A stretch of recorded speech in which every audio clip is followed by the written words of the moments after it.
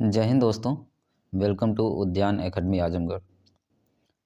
जैसा कि आज आपको सुबह सूचना मिली होगी कि आज से आपके यूपी बोर्ड 2026 की एक नई सीरीज लॉन्च हो रही है, जिसमें परीक्षा की तैयारी हेतु पिछले वर्षों में पूछे गए प्रश्न पत्रों पर आधारित हम लोग एक सीरीज आज से स्टार्ट कर रहे हैं। दोस्तों, जो भी साथी यूपी बोर्ड परीक्षा 2026 की तैयारी कर रहे हैं, उनके लिए यह सीरीज बहुत ही महत्वपूर्ण है। इसमें अति महत्वपूर्ण प्रश्नों को चुना गया है जो परीक्षा में पूछे जा सकते हैं। आज का हमारा पहला मॉडल पेपर होने वाला है। आप यहाँ पे देख सकते हैं, जो आज का हमारा पहला मॉडल पेपर होगा वह हिंदी का पहला मॉडल पेपर होगा। आप यहाँ पे देख सकते हैं, हिंदी का इसका जो कोड है 801 HA, यह हिंदी का पहला मॉडल पेपर होने वाला है। जैसा कि आपको पता है, आपको परीक्षा में 3 घंटे 15 मिनट मिलते हैं और आपका जो पेपर होता है वो 70 नंबर का होता है। सभी प्रश्न आपको करने अनिवार्य होते हैं। प्रश्न पत्र जो होता है वो 2 खंडों में विभाजित किया गया होता है। इसके साथ ही साथ प्रश्न पत्र के पहले जो खंड होते हैं, खंड आ जिसे हम बोलते हैं, उसमें 20 प्रश्न बहुविकल्पीय होते हैं और जो खंड बा होता है उसमें जो है वर्णनात्मक अर्थात लिखने के लिए 50 प्रश्न आते हैं।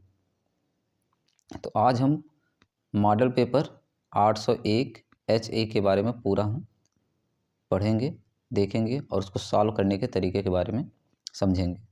चलिए बिना टाइम वेस्ट किए आगे पेपर की तरफ बढ़ते हैं। यहाँ पे आप देख सकते हैं, खंड आ जो है 20 प्रश्न इसमें आते हैं, बहुविकल्पीय आते हैं। चलिए पहले सवाल की तरफ चलते हैं। पहला सवाल है, ध्रुव स्वामिनी नाटक के लेखक कौन है? आपको बताना है ध्रुव स्वामिनी नाटक के लेखक कौन है। Option A Nirala, option B Jaishankar Prasad, option C Rai Krishnadas और ऑप्शन डी रामचंद्र शुक्ल। इसका सही जवाब क्या होगा ये आपको बताना है। तो इसका सही जवाब क्या होगा? सही जवाब हो जाएगा ऑप्शन बी। ऑप्शन बी इसका सही जवाब हो जाएगा। जयशंकर प्रसाद के इसके अतिरिक्त कई नाटक हैं, जैसे चंद्रगुप्त, स्कंदगुप्त, ध्रुव स्वामिनी, जन्मेजय का नागयज्ञ, ये इनके नाटक हैं। अगर महाकाव्य की बात करेंगे तो कामायनी इनका महाकाव्य है। और भी बहुत सी रचनाएं हैं, जैसे आंसू, लहर, झरना, एक घूंट, इनकी बहुत सी रचनाएं हैं। तितली है। ओके, आगे बढ़ते हैं, दूसरे सवाल पे चलते हैं। दूसरा आपका क्वेश्चन है, प्रेमचंद्र का विशेष महत्व किस रूप में है? मुंशी प्रेमचंद्र का विशेष महत्व किस रूप में है? ऑप्शन ए उपन्यासकार, ऑप्शन बी निबंधकार, ऑप्शन सी है कवि और डी है नाटककार। तो आपको बताना मुंशी प्रेमचंद विशेष रूप से किस क्षेत्र में प्रसिद्ध थे। तो आपको पता होगा मुंशी प्रेमचंद ने लगभग 300 कहानियाँ लिखी हैं। इसमें कहानीकार दिया नहीं है। ऑप्शन में आपका उपन्यासकार ये है, तो ये सही हो जाएगा, क्योंकि मुंशी प्रेमचंद ने बहुत अच्छे अच्छे उपन्यास लिखे हैं, जैसे कर्मभूमि, रंगभूमि, गबन, गोदान, सेवा सदन, कायाकल्प, ये उनके उपन्यास हैं। इनका प्रथम उपन्यास अगर पूछा जाएगा तो सेवा सदन था, और अंतिम उपन्यास अगर पूछा जाए तो गोदान है। और अगर पूछा जाए कि मुंशी प्रेमचंद्र का अपूर्ण उपन्यास कौन सा, जिसको उन्होंने पूर्ण नहीं किया, तो उसका सही जवाब हो जाएगा मंगलसूत्र। इसको भी ध्यान रखिएगा, एग्जाम में पूछा जा सकता है। अब चलते हैं हम क्वेश्चन नंबर 3 की तरफ। क्वेश्चन नंबर 3 आपके सामने है, आपको बताना है इसका सही जवाब क्या हो जाएगा। क्वेश्चन नंबर 3, रानी केतकी की कहानी के लेखक हैं। आपको इसका जवाब देना है, रानी केतकी के कहानी के लेखक हैं। तो रानी केतकी की कहानी के लेखक कौन है? Option A Bang Mahila, option B Premchandra, option C Insha Allah Khan, option D Mohan Rakesh. आपको बताना है रानी केतकी की कहानी के लेखक कौन है। तो रानी केतकी की कहानी के लेखक, इसका सही जवाब हो जाएगा ऑप्शन सी इंसा अल्लाह खां। आपको यहाँ पे कुछ बातों का ध्यान रखना है। हिंदी की जो 4 मेन लेखकों हैं, उनमें से सबसे ज़्यादा फेमस ये 4 हैं। पहला, रानी केतकी के कहानी के लेखक कौन है? इंसा अल्लाह खां। दूसरा पूछा जाता है नास्केत्योपाख्यान, उसके लेखक हैं सदल मिश्र। तीसरा जो पूछा जाता है वो आपसे पूछा जाता है प्रेम सागर किसने लिखा है? तो लल्लू लाल। तो 3 आपके ये हो गए।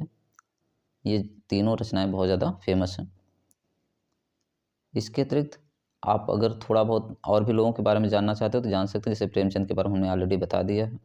मोहन राकेश के बारे में अगर कुछ रचनाओं की बात करें तो उसमें है आषाढ़ का एक दिन, लहरों के राजहंस, आधे अधूरे, अंधेरे बंद कमरे में, ये सब इनके रचनाएं हैं।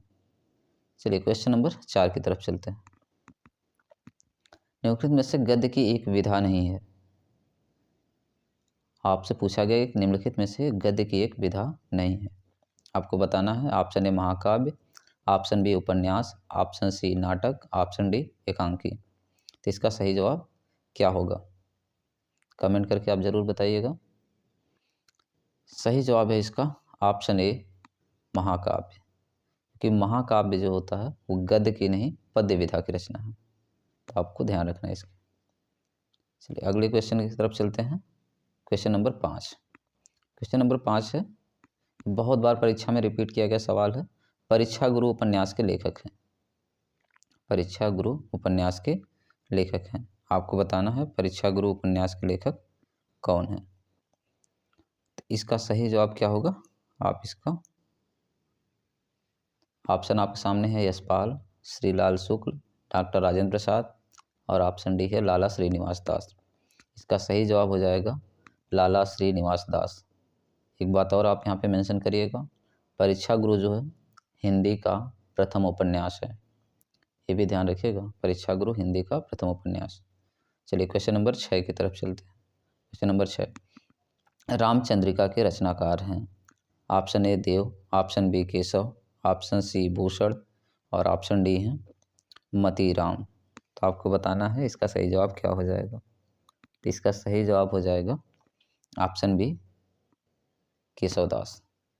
केशवदास के बारे में एक चीज़ और जानते रहिएगा, इन्हें कठिन काव्य का प्रेत कहा जाता है, केशवदास को, ये भी आपको याद रखना है। अगला क्वेश्चन नंबर 7 की तरफ चलते हैं। क्वेश्चन नंबर 7, क्वेश्चन नंबर 7 आपके सामने है। क्वेश्चन नंबर 7, आप इसको ज़रूर देखिएगा। क्वेश्चन नंबर 7, स्क्रीन थोड़ा सा बड़ा कर दे रहे हैं ताकि आपको रचनाएं सही से दिखें। क्वेश्चन नंबर 7, क्वेश्चन नंबर 7 है, तार सप्तक में कितने कवियों की रचनाएं संकलित हैं। तार सप्तक में कितने कवियों की रचनाएं संकलित हैं। Option A 4, option B 7, option C 10, option D 100। इसका सही जवाब क्या होगा, इसका सही जवाब हो जाएगा ऑप्शन बी 7।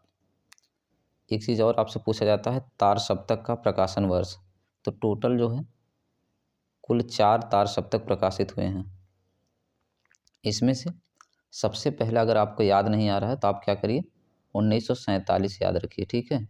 1947 में से 4 साल घटा दीजिए तो हो जाएगा 1943, ठीक। अब 1943 जो है पहला तार सप्तक हो जाएगा आपका। फिर इसके बाद 4 साल आपने घटाए थे, तो अब 1943 में 8 वर्ष जोड़ दीजिए तो हो जाएगा 1943 के बाद दूसरा हो जाएगा 1951, और तीसरा आपसे पूछा जाएगा तो 1908 इसमें जोड़ दीजिए तो हो जाएगा 59। अब इसके बाद चौथा अगर आपसे पूछा जाएगा तो इसमें 20 वर्ष जोड़ दीजिए तो क्या हो जाएगा 1979, मतलब 79 हो जाएगा, 1979। तो ये इसके चारों घटनाओं के क्रम है। ये 1947 आपको ट्रिक के लिए याद रखना, बाकी 1943, 1951, 1959, 1979 ये चारों सप्तक की रचनाएं हैं, प्रकाशन वर्ष है मतलब।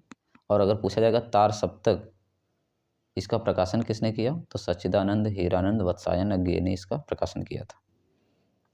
नेक्स्ट अगले क्वेश्चन की तरफ चलते हैं। इसका सही जवाब आपने दिया है ना, इसका सही जवाब हो जाएगा 7। अगला क्वेश्चन नंबर 8 की तरफ, द्विवेदी युग नाम किसके नाम पर पड़ा। जो द्विवेदी युग है वह किसके नाम पर हम लोग द्विवेदी युग पढ़ते हैं, बताइएगा। Option A Hazari Prasad Dwivedi, option B Bharatendu Harishchandra, option C Mahavir Prasad Dwivedi, option D Jaishankar Prasad. तो इसका सही जवाब क्या होगा, तो इसका सही जवाब हो जाएगा क्वेश्चन नंबर 8 का सही जवाब हो जाएगा ऑप्शन सी महावीर प्रसाद द्विवेदी। भारतेंदु के नाम पे भारतेंदु युग पढ़ा है, जयशंकर प्रसाद छायावाद युग के प्रवर्तक माने जाते हैं। क्वेश्चन नंबर 9 की तरफ चलते हैं। क्वेश्चन नंबर 9, कुरुक्षेत्र के रचनाकार हैं शमशेर बहादुर सिंह, वेद व्यास, जयशंकर प्रसाद या रामधारी सिंह दिनकर। तो इसका सही जवाब हो जाएगा 9th का ऑप्शन डी रामधारी सिंह दिनकर। उर्वशी, कुरुक्षेत्र और अर्धनारीश्वर ये इनकी प्रमुख रचनाएं हैं। क्वेश्चन नंबर 10 की तरफ आते हैं। बिहारी ने किस भाषा में काव्य रचना की है? तो आप बिहारी के बारे में जानते ही हैं, जिसने गागर में भर डाला सागर, उपमा भारी, युक्त बाण से घायल करता हुआ है कवि बिहारी, रीतकाल की परंपराओं का वह था मसीह खेवैया, हिंदी में अमर हो गया लिखकर केवल सत सिया। आप इस लाइन को याद रखिए, इनके बारे में सब कुछ जानकारी आपको मिल जाएगी। सही जवाब है ऑप्शन ए ब्रजभाषा। ठीक है, तो इनकी काव्य रचना किसमें प्रकाशित होते हैं? ये ब्रजभाषा में लिखते थे। Question number 11। क्वेश्चन नंबर 11 है, हास्य रस का स्थायी भाव क्या है? ऑप्शन ए क्रोध, ऑप्शन बी रति, ऑप्शन सी भय, ऑप्शन डी हास। तो इसका सही जवाब क्या होगा ये आप बताइए। हास रस का स्थायी भाव होता है, आप सबको पता है, हास होता है। क्रोध जो होता है वो रौद्र रस का होता है, भय जो होता है भयानक रस का, रति जो होता है वो श्रृंगार रस का होता है। नेक्स्ट क्वेश्चन नंबर 12 की तरफ चलते हैं। चौपाई के प्रत्येक चरण में मात्राएं होती हैं, आपको बताना है चौपाई के प्रत्येक चरण में कितनी कितनी मात्राएं होती हैं। तो यहाँ पे आपको देना है टोटल मात्राओं की संख्या पूछा गया है। चौपाई के प्रत्येक चरण में मात्राएं होती हैं, तो यहाँ पे इसका सही जवाब हो जाएगा, यहाँ पे कुछ चीज़ें थोड़ा सा मिसप्रिंट लग रही है, इसका सही जवाब हो जाएगा ऑप्शन बी 16। ठीक है, तो चौपाई के प्रत्येक चरण में मात्राएं जो होती हैं 16 होती हैं। ठीक है, चलिए आगे बढ़ते हैं क्वेश्चन नंबर 13 की तरफ। Question number 13। क्वेश्चन नंबर 13 है, पीपर पात सरिस मन डोला। पंक्ति में अलंकार बताना है आपको। पीपर के पत्ते के समान मन क्या कर रहा है? डोल रहा है। तो जब यहाँ पे पीपर के पत्ते के समान बात की गई है ना, तो एक तुलना की गई है, यानी उपमा अलंकार हो जाएगा। इसका सही जवाब क्या होगा? उपमा। 13वें का सही जवाब हो जाएगा उपमा अलंकार। चलिए चलते हैं क्वेश्चन नंबर 14 पे। क्वेश्चन नंबर 14 है, पंचवटी में प्रयुक्त समास है, आपको बताना है पंचवटी में कौन सा समास प्रयुक्त किया गया है। ऑप्शन ए द्विगु, ऑप्शन बी कर्मधारय, ऑप्शन सी द्वंद्व और ऑप्शन डी तत्पुरुष। तो यहाँ पे देखिए 5 वटों का समूह है ना पंचवटी, तो इसलिए आपको ध्यान रखना है संख्यावाचक है, तो इसलिए सही जवाब हो जाएगा ऑप्शन ए द्विगु। चलिए चलते हैं अगले क्वेश्चन की तरफ। Question number 15। क्वेश्चन नंबर 15 आपके सामने है, गंगा का पर्यायवाची है, आपको बताना है गंगा का पर्यायवाची क्या है। ऑप्शन ए सूर्य, ऑप्शन बी जलयान, ऑप्शन सी गगन, ऑप्शन डी सुरसरी। तो गंगा का पर्यायवाची क्या होगा?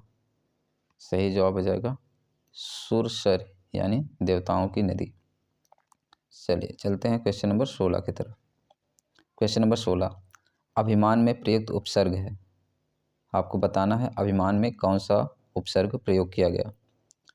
ऑप्शन ए अ, ऑप्शन बी अभी, ऑप्शन सी अब और ऑप्शन डी है अनु। तो इसका सही जवाब हो जाएगा अभिमान है, तो मान में अगर हम अभी जोड़ देंगे तो क्या हो जाएगा? अभिमान। जैसे मान में अगर हम अप जोड़ दें तो अपमान हो जाता है, उसी तरह से मान में अगर अभी जोड़ दें तो अभिमान हो जाएगा। उपसर्ग जो होता है किसी शब्द के पहले लगते हैं और प्रत्यय जो होता है किसी शब्द के बाद में लगता है। नेक्स्ट अगले सवाल की तरफ चलते हैं। अगला क्वेश्चन है क्वेश्चन नंबर 17। तद शब्द की चतुर्थी विभक्ति और वचन लिंग का पूर्व रूप होगा, पूछा गया। तद शब्द की चतुर्थी विभक्ति एक वचन पुल्लिंग का रूप होगा। क्वेश्चन नंबर 17, तद शब्द की चतुर्थी विभक्ति एक वचन पुल्लिंग का रूप होगा। ऑप्शन है आपके सामने तेन, तव, तस्मयी, तस्य। तो 17 का सही जवाब क्या होगा? 17 का सही जवाब हो जाएगा, चतुर्थी विभक्ति बताया गया है तो इसलिए इसका सही जवाब हो जाएगा तस्मयी। चतुर्थी विभक्ति का सही जवाब हो जाएगा तस्मयी। चलिए नेक्स्ट चलते हैं क्वेश्चन नंबर 18 की तरफ। पद परिचय की दृष्टि से पद कितने प्रकार के होते हैं? आपको बताना है पद परिचय की दृष्टि से पद कितने प्रकार के होते हैं। तो option A 2, option B 4, option C 3, option D 7। पद परिचय की दृष्टि से पद जो होते हैं कुल 4 प्रकार के होते हैं। इसको भी आपको ध्यान रखना। अगले क्वेश्चन की तरफ चलते हैं। क्वेश्चन नंबर 19 ये रहा आपके सामने। क्वेश्चन नंबर 19 है, कर्तवाच्य में प्रधानता होती है। कर्तवाच्य में प्रधानता होती है। ऑप्शन ए क्रिया की, ऑप्शन बी कर्ता की, ऑप्शन सी कर्म की, ऑप्शन डी भाव की। तो इसका सही जवाब हो जाएगा कर्तवाच्य मतलब क्रिया की प्रधानता। सबसे लास्ट अंतिम सवाल है आपका बहुविकल्पी। भाषा की सबसे छोटी इकाई होती है। ये तो एक दिवसीय परीक्षाओं में बहुत ज़्यादा पूछा जाता है। भाषा की सबसे छोटी इकाई क्या होती है? ऑप्शन ए शब्द, ऑप्शन बी वाक्य, ऑप्शन सी पद और ऑप्शन डी अक्षर। तो 20 का सही जवाब क्या हो जाएगा? 20 का सही जवाब हो जाएगा ऑप्शन डी। अक्षर जो होता है वह अक्षर या कहीं कहीं पे इसी को वर्ड दिया जाता है। तो भाषा की सबसे छोटी इकाई वर्ड या अक्षर होते हैं। तो ये 20 क्वेश्चन आपके कंप्लीट होते हैं। अब हम लोग चलते हैं खंड बाब। अब चलते हैं हम लोग गद्यांश को सॉल्व करते हैं। तो गद्यांश आपके सामने यहाँ पे स्क्रीन पे है, दिख रहा है। देखिए 50 नंबर के टोटल आते हैं सब लिखने वाले। इसको वर्णनात्मक प्रश्न कहते हैं। यहाँ पे आपको दिया गया है एक गद्यांश, इसमें लिखा गया है, दूसरी बात जो इस संबंध में विचारी हुआ है कि संस्कृति अथवा सामूहिक चेतना ही हमारे देश का प्राण है। इसी नैतिक चेतना के सूत्र से हमारे नगर और ग्राम, हमारे प्रदेश और संप्रदाय, हमारे विभिन्न वर्ग और जातियाँ आपस में क्या हैं? बधी हुई हैं। जहाँ उनमें और सबकी तरह विभिन्नताएं हैं, लेकिन उन सब में भी इसके बावजूद एकता है। इसी बात को ठीक तरह से पहचान लेने से बापू ने जनसाधारण को बुद्धिजीवियों के नेतृत्व में क्रांति करने के लिए तत्पर करने के लिए नैतिक चेतना का सहारा लिया था। तो इसमें आपको बताना है उपयुक्त गद्यांश का संदर्भ लिखिए। ठीक, तो संदर्भ लिखना है। आप यहाँ पे देखिए संस्कृत है, सामूहिक चेतना, इसका तात्पर्य है कि भारतीय संस्कृति से लिया गया है। इसको इस तरह से शब्दों को देखकर हम इसको पहचानेंगे। अगर आपने पढ़ा है तो आप इसे पहचान सकते हैं। तो इसका संदर्भ कैसे लिखेंगे? प्रस्तुत गद्यांश हमारी पाठ्यपुस्तक हिंदी के भारतीय संस्कृत नामक पाठ से लिया गया है। इसके लेखक डॉक्टर राजेंद्र प्रसाद है। इस तरह से आप इसको संदर्भ लिख लेंगे, आपको इसका 2 नंबर मिल जाएगा। अब इसके बाद दूसरे क्वेश्चन की तरफ चलते हैं।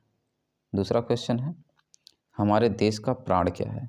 आप यहाँ पे ऊपर लिखा गया, आप देखेंगे हमारे देश का प्राण क्या है। तो लेखक के अनुसार सामूहिक चेतना और नैतिक चेतना ही हमारे देश का प्राण है। तीसरा क्वेश्चन है, रेखांकित अंश की व्याख्या कीजिए। तो जो यहाँ पे अंडरलाइन दी गई है इसी का आपको केवल अर्थ लिखना है, जितना आप लाइनिंग खींची गई है। आप देखिए इस गद्यांश में यहाँ पे दिया ना, इसी नैतिक चेतना के सूत्र से हमारे नगर और ग्राम के, हमारे प्रदेश और संप्रदाय, हमारे विभिन्न वर्ग और जातियाँ आपस में बधी हुई हैं। तो लेखक का आशय ये है कि भारत में विभिन्न जाति, संप्रदाय और भाषा के होने के बावजूद भी एक ऐसी नैतिक शक्ति है जो सबको जोड़ती है। तो यही इस पैराग्राफ का अर्थ है। इसी को आपको लिख देना है। ये टोटल पैराग्राफ आपके 6 नंबर के आते हैं। तो एक क्वेश्चन जो होता है, 3 क्वेश्चन होते हैं टोटल, 2-2 नंबर के तीनों क्वेश्चन होते हैं। 6 नंबर आपको मिल जाएंगे। बहुत ही आसान होता है। इसके अतिरिक्त एक दूसरा भी है, आपका यहाँ पे भी देख सकते हैं, ईर्ष्या का यही अनोखा वरदान है। यहाँ पे आप देख लीजिए, जिस मनुष्य के हृदय में ईर्ष्या घर बना लेती है, वह उन चीज़ों से आनंद नहीं उठाता जो उसके पास मौजूद है, बल्कि उन वस्तुओं से दुख उठाता है जो दूसरों के पास मौजूद है। इस चैप्टर का नाम है ईर्ष्या तू न गई मेरे मन से। गद्यांश है, तो प्रयुक्त गद्यांश का संदर्भ सहित अनुवाद आपको करना है।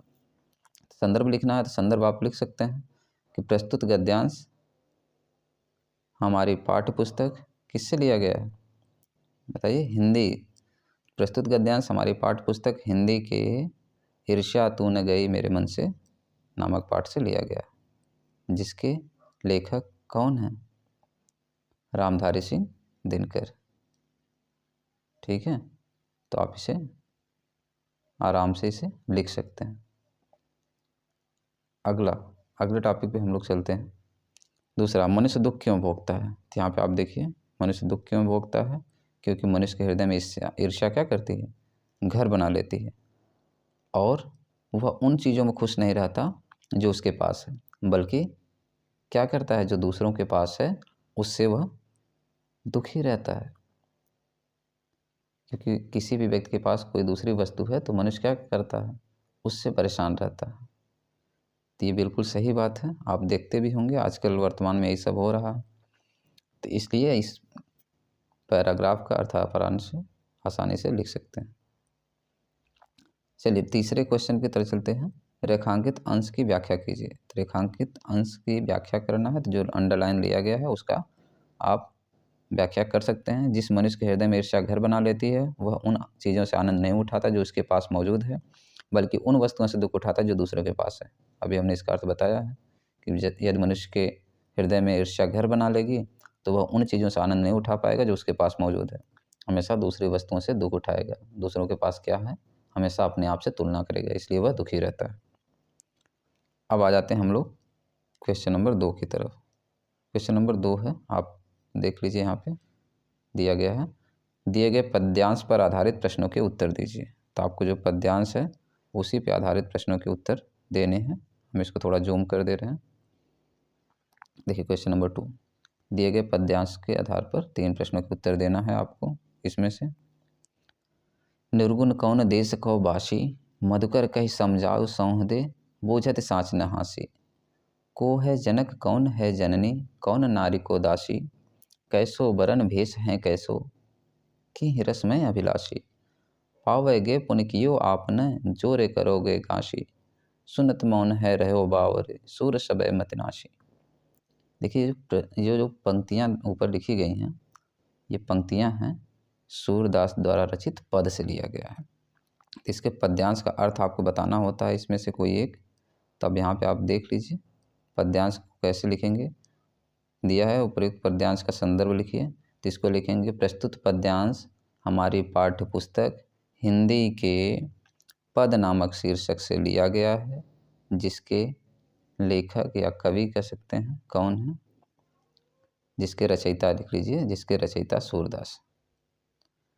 अब दूसरा क्वेश्चन, पद्यांश में मधुकर शब्द किसके लिए प्रयुक्त हुआ है। तो यहाँ पे देखिए, मधुकर कहे समझाओ सौह दे, यहाँ मधुकर जो दिया गया है शब्द वह उद्धव महाराज के लिए है। उद्धव के लिए जो मधुकर का प्रयोग यहाँ पे किया गया है। ठीक है। तीसरा क्वेश्चन, रेखांकित अंश की व्याख्या कीजिए। तो जो रेखांकित अंश है, निर्गुण कौन देश को बासी, मधुकर कहे समझाओ सौह दे, बूझत साँच न झांसी। ठीक है, तो साँच न हासी जो शब्द दिया गया है, यह गोपियाँ जब उद्धव से पूछती हैं कि आप किस निर्गुण की बात कर रहे हैं, उस निर्गुण को तो हम जानते ही नहीं हैं, क्योंकि ना तो उनके पिता कौन है ये हमें पता है, ना उनकी माता कौन है ये पता है। यहाँ देखिए दिया है, को है जनक कौन है जननी, कौन नारी को दासी। तो जब उनके माता पिता जननी दासी, उनका रंग वेशभूषा पता ही नहीं है, तो हम किस भगवान की आराधना करें उद्धव। कृष्ण के सिवाय हमारा कोई और आराध्य नहीं है। इस रेखांकित अंश की व्याख्या आप ऐसे कर सकते हैं। चलिए अगली तरफ चलते हैं, नेक्स्ट क्वेश्चन की तरफ। देखिए अथवा वाला भी क्वेश्चन आपको करवा दे रहे हैं। यहाँ पे दिया है, रेखांकित अंश की व्याख्या कीजिए। एक और यहाँ से पैराग्राफ है शुरू, इस समाधि में छिपी हुई है एक राख की ढेरी, जलकर जिसने स्वतंत्रता की दिव्य आरती फेरी। यह समाधि, यह लघु समाधि है झांसी की रानी की, अंतिम लीला स्थली यही है लक्ष्मी मर्दानी की। बहुत ही सुंदर पैराग्राफ है, सुभद्रा कुमारी चौहान द्वारा रचित है, आपको पता होगा, रानी लक्ष्मी की समाधि पर। तो पद्यांश इसका लिखना है तो आप लिख सकते हैं, प्रस्तुत पद्यांश हमारी पाठ्य पुस्तक हिंदी के झांसी की रानी की समाधि पर नामक शीर्षक से लिया गया है, इसके रचयिता सुभद्रा कुमारी चौहान, लिख सकते हैं। दूसरा दिया है क्वेश्चन, कवियत्री ने किसकी समाधि पर अपनी भावनाएं व्यक्त की हैं। तो इसका सही जवाब हो जाएगा झांसी की रानी लक्ष्मीबाई की समाधि पर। नेक्स्ट अगला है, रेखांकित पंक्तियों की व्याख्या कीजिए। तो यहाँ पे यह समाधि, यह लघु समाधि है झांसी की रानी की, यानी यह जो समाधि है वह छोटी समाधि भले है, लेकिन झांसी की रानी की समाधि इसलिए बहुत बड़ी है। अंतिम लीला स्थली यही है लक्ष्मी मर्दानी की, रानी लक्ष्मीबाई की अंतिम लीला स्थली यही है, जिन्होंने स्वतंत्रता संग्राम में अंग्रेज़ों के छक्के छुड़ा दिए, अंग्रेज़ों को घुटने पर ला दिया। यह उसी रानी की समाधि है जिसका इतिहास सदियों तक अमर रहेगा, ऐसे आप लिख सकते हैं। चलिए अब अगले क्वेश्चन की तरफ चलते हैं। संस्कृत के कुछ गद्यांश हैं, उसको हम लोग पढ़ते हैं, उसका अर्थ देखते हैं क्या होगा। क्वेश्चन नंबर 3, क्वेश्चन नंबर 3 है आपका संस्कृत का गद्यांश। इसको आपको पढ़ना है एक बार, इसका अनुवाद करना है हिंदी में, संदर्भ सहित हिंदी में अनुवाद करना है। तो पहले तो हमें ये पता होना चाहिए कि गद्यांश है किसका। तो पहला, अस्माकं संस्कृति सदा गतिशीला वर्तते मानव जीवनम, ये गद्यांश किससे लिया गया है। तो यह आपसे पूछा जाएगा तो तो आपको बताना है।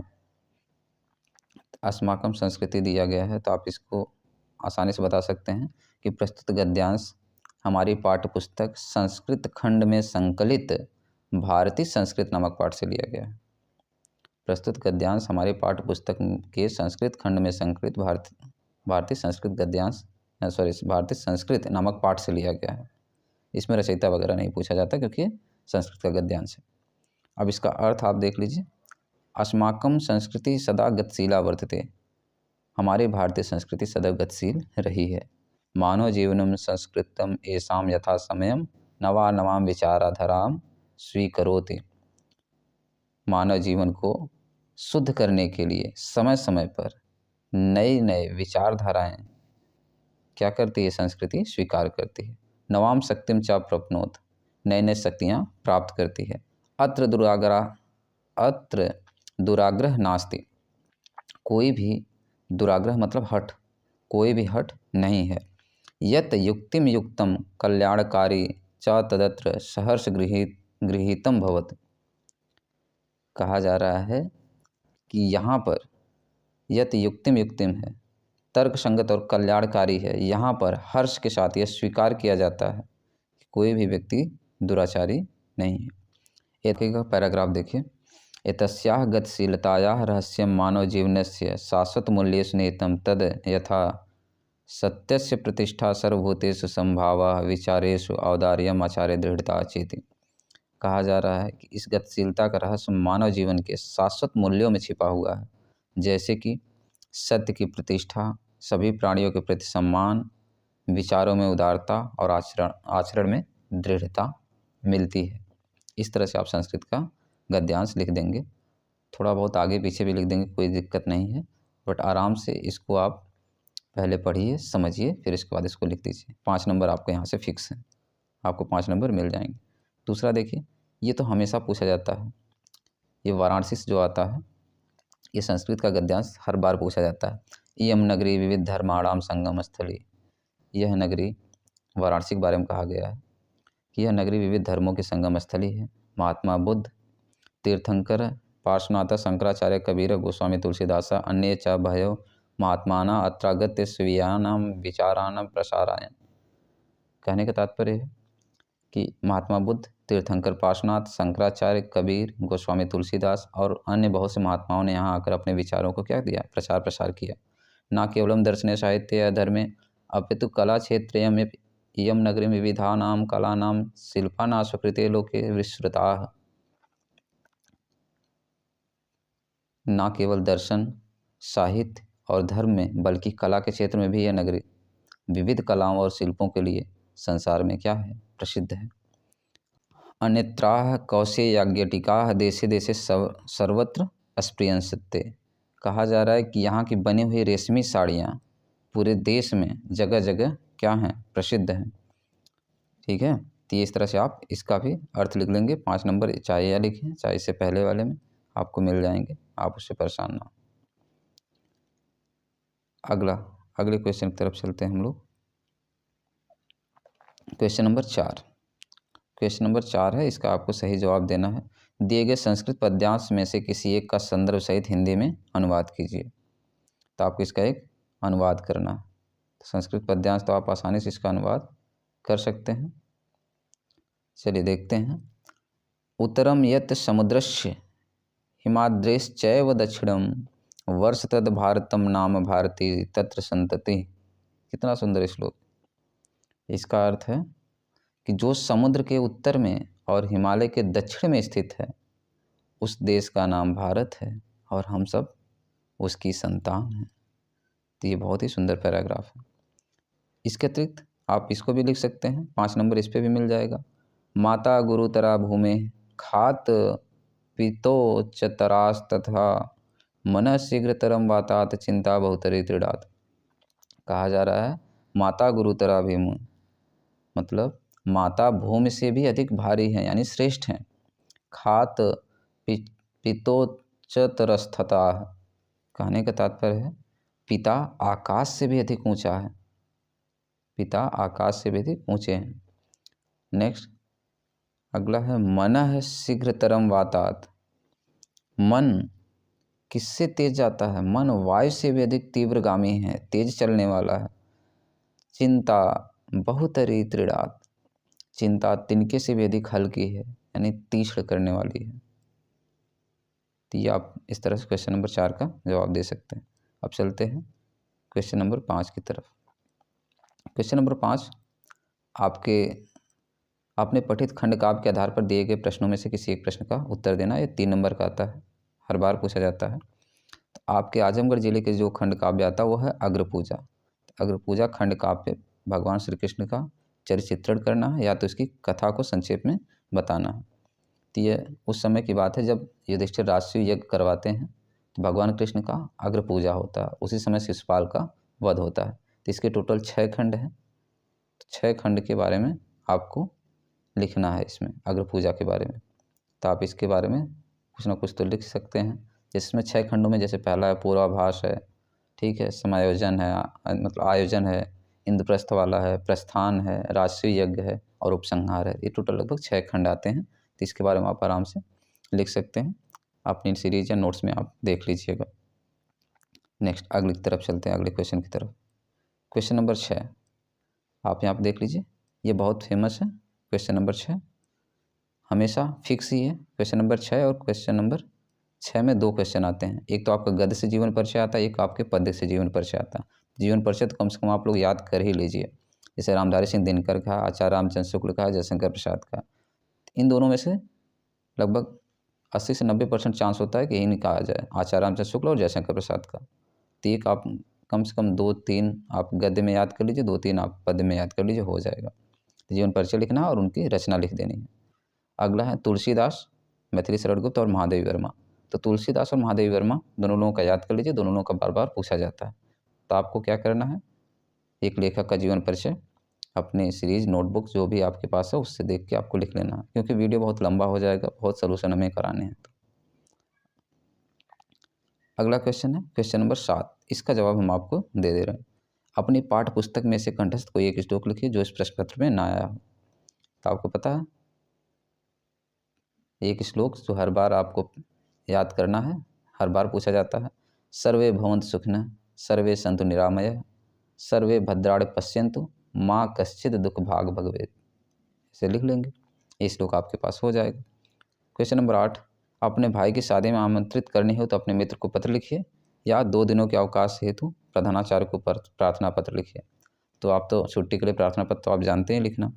तो जो चीज़ें आप जानते हैं उसको हम नहीं बताएंगे कब आप अवकाश के लिए प्रार्थना पत्र कैसे लिखेंगे, इतना तो एप्लीकेशन लिखने सबको आता ही आता है। अब नेक्स्ट आगे बढ़ते हैं, क्योंकि वीडियो बहुत लंबा हो जाएगा तो समस्या होगी थोड़ा। क्वेश्चन नंबर 9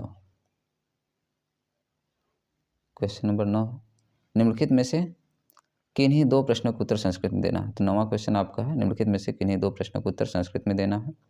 पहला है आपके सामने, चंद्रशेखर कः आसीत्।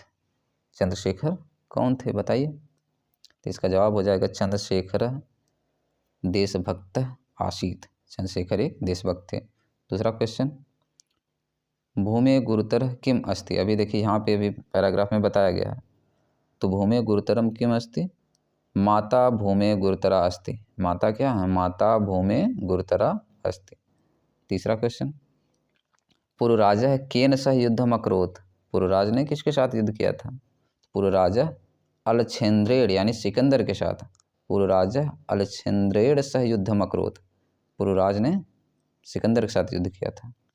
वाराणसी केसाम संगम स्थली अस्ति।